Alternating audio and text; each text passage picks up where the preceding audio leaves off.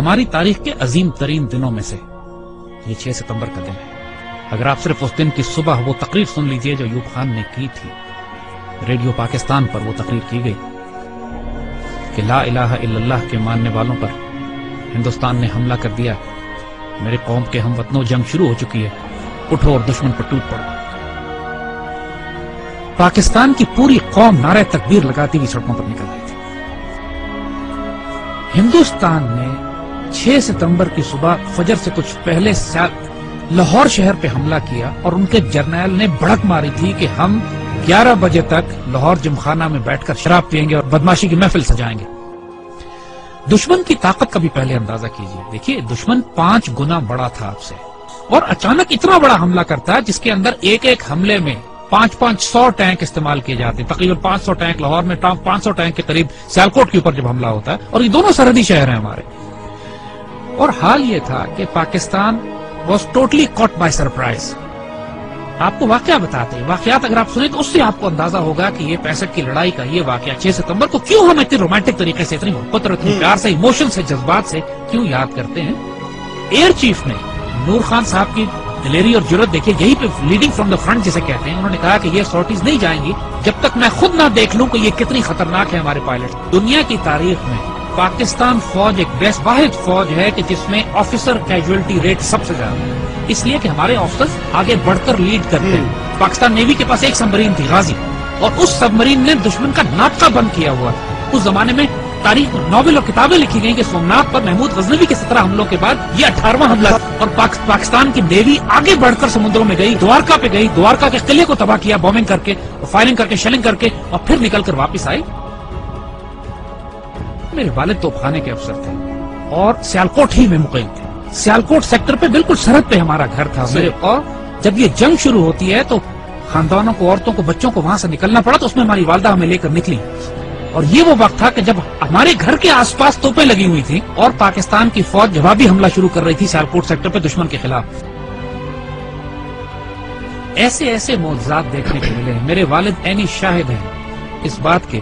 کہ ایک سیکٹر پر ہماری توپوں کی مدد کی ضرورت پڑی، ہماری پیادہ فوج کے مورچے تھے جن پہ دشمن کے ٹینکوں کا دباؤ بہت شدید تھا، اور ہماری توپوں کی آخری حد سے بھی زیادہ 2-3 کلومیٹر آگے وہ دشمن کے ٹینکوں کی پوزیشنز تھی، اور جب مدد مانگی گئی تو حساب لگایا گیا کہ ہماری توپوں کے گولے دشمن تک نہیں پہنچ سکتے، اور صورتحال یہ تھی کہ اگر اس وقت مدد نہ دی جاتی اپنی فرنٹ لائن کو تو سیالکوٹ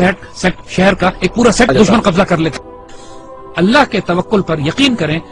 افسروں کی آنکھوں میں آنسو آ گئے، انہوں نے اللہ کے بھروسے پہ، اللہ کے آسرے پہ کر کے دشمن کی طرف توپوں کا منہ کر کے فائر کیا ہے، اور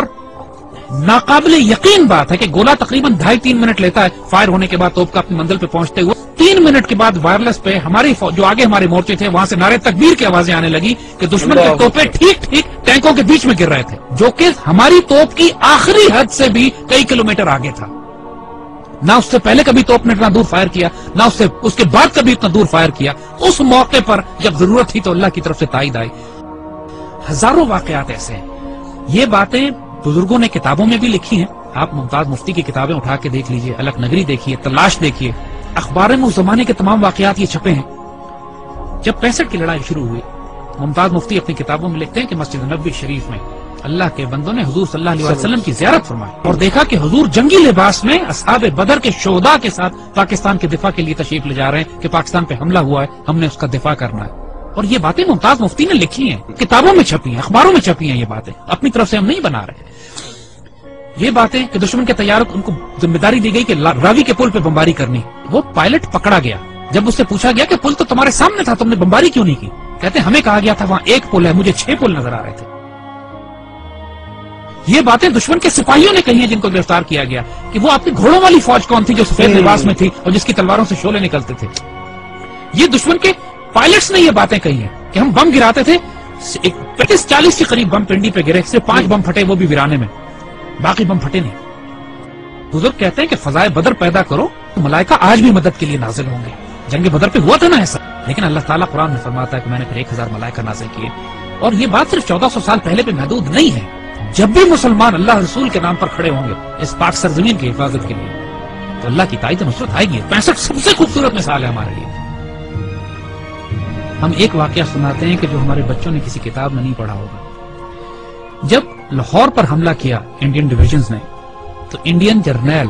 اپنے سپاہیوں کو یہ حوصلہ بڑھانے کے لیے کہہ رہے تھے کہ لاہور اب صرف 3 میل 4 میل دور رہ گیا، بس تمہاری آنکھوں کے سامنے تھوڑا سا آگے بڑھو اور لاہور تمہارے قبضے میں۔ مزاحمت شدید ہو رہی تھی اور پاکستان کے جوانوں نے اپنے آپ کو دشمن کے ٹینکوں کے سامنے ڈال دیا تھا روکنے کے لیے۔ اس کیفیت میں لاہور تقریباً 14 میل دور تھا۔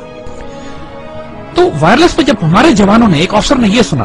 کہ دشمن کا جنرل اپنے سپاہیوں سے یہ کہہ رہا ہے کہ صرف 3 یا 4 میل دور لاہور رہ گیا، اور اس وقت لاہور 14 میل تھا۔ اس وقت اس افسر نے، ہمارا وہ زخمی افسر نے اپنے مورچے سے نکلا ہے، سڑک کے کنارے جو کتبہ لگا ہوا تھا جس پر لکھا تھا لاہور 14 میل، اس پر اس کو کھڑا ہے وہاں سے اور اس کو انڈیا کی طرف لے کر گیا ہے آگے، مزید 2 فرلانگ آگے، اور وہاں پر اس نے لگایا ہے اور اپنے خون سے اس پر نقطہ لگا کے 0.2 ایڈ کیا ہے اور لکھا ہے 14.2 بلڈی مائلز۔ 14.2 بلڈی مائلز تھا لاہور، دشمن اس کو پار نہیں کر سکا۔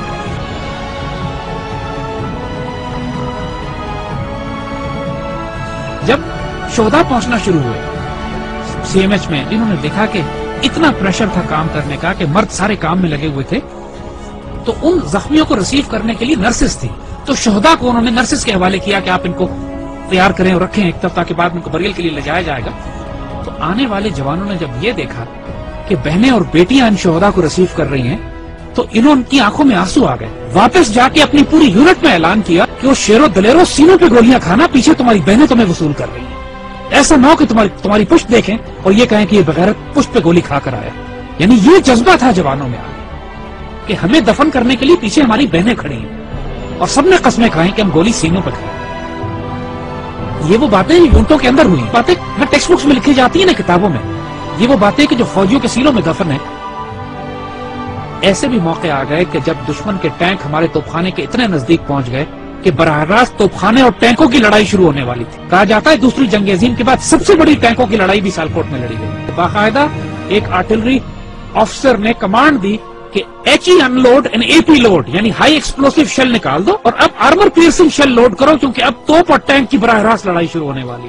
اور یہ ایسا موقع ہوتا ہے کہ جس کے بعد آر یا پار ہوتا ہے، اور ایسے موقع پہ اللہ نے دھند بھیج دی، بیچ میں دھندیں آ گئی جس کی وجہ سے دشمن کے ٹینک رک گئے، اور جس طرح پہلے کہا تھا کہ پہلے دشمن خوف طاری کر دیا اللہ۔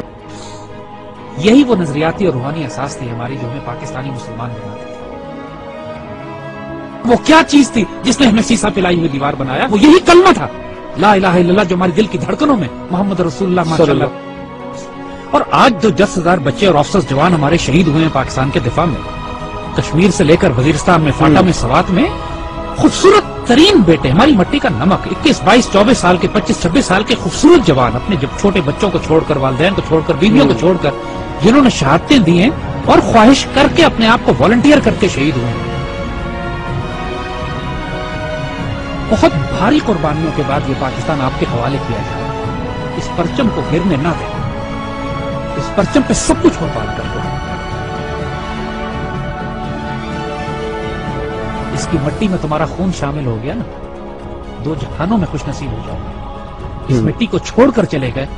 بد نصیب ہو جاؤ گے۔ جو اس پاکستان میں بستا ہے وہ سایہ خدائے ذوالجلال ہے کہ دیکھو اس پاکستان کو ہلکا نہ لینا، یہ اللہ کے رازوں میں سے ایک راز ہے، اس پر قربان ہو جاؤ، سب سے سستا سودا ہے، سب سے اعلیٰ سودا ہے۔ یہ ہمارے بیٹے جو اس پہ قربان ہوتے ہیں نا، یہ سوال نہیں کرتے کہ اس پاکستان نے ہمیں کیا دیا۔ اس پاکستان کو آج آپ کی ضرورت ہے۔ Make a stand, stand form, stand United, live with dignity, and inshallah Allah will give you the opportunity to die with honor. لیکن اس کے لیے اب تیاری کرو، تیاری کا وقت ہے، آزمائش آنے والی ہے اس وقت، لیکن انشاءاللہ العزیز ایسے بیٹے ہمارے پاس ہیں جو اس پاکستان کو قبول کریں۔